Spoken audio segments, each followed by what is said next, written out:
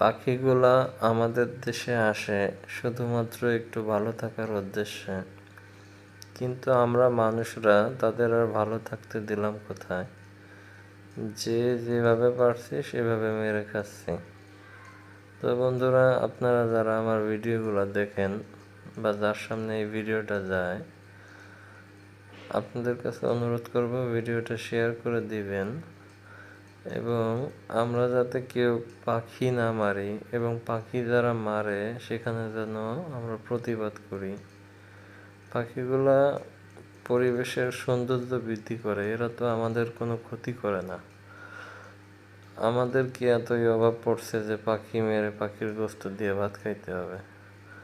তো আপনাদের কাছে আমার অনুরোধ থাকবে, আপনারা কেউ পাখি মারবেন না, এবং যারা মারে তাদেরকে যেভাবে পারেন তাদেরকে নিষেধ করেন বা পাখি মারার বিরুদ্ধে প্রতিবাদ করেন।